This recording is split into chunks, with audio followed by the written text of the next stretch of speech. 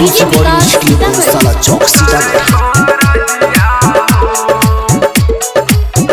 तोहरे भरोसे बजरंगबली झंडा बनैलियै हो, बजरंगबली झंडा बनैलियै हो, बजरंगबली झंडा पर होइयौ ना सहाय बलगवा तोहर करै छोरजिया हो कि बजरंगबली झंडा पर होइयौ ना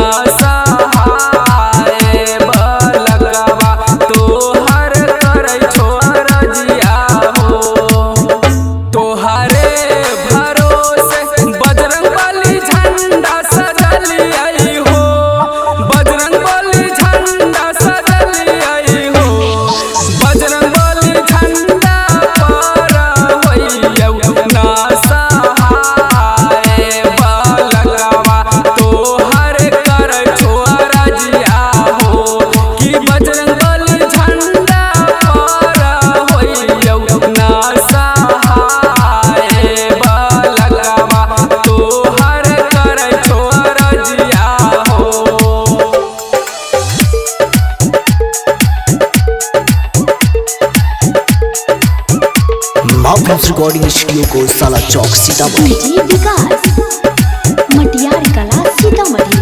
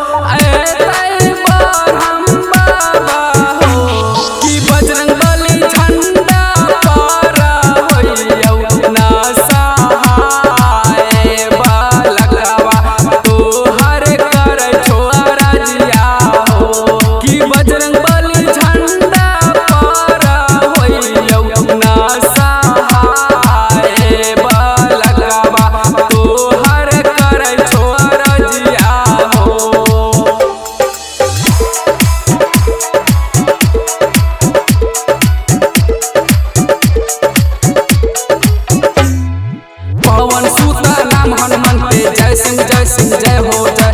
पवन सूत नाम हनुमान पे जय सिंह जय हो जय। पवन सूत नाम हनुमान पे जय सिंह जय हो जय। पवन सूत नाम हनुमान पे जय सिंह जय हो जय। पवन सूत नाम हनुमान पे जय सिंह जय हो जय। दर्शन अपन देखाई खिलाड़ी के पावर बढ़ाई, दर्शन अपन देखाई खिलाड़ी के पावर बढ़ाई, खिलाड़ी के पावर बढ़ाई, खिलाड़ी के पावर बढ़ाई। रिकॉर्डिंग स्टूडियो को साला चौक सीतामढ़ी।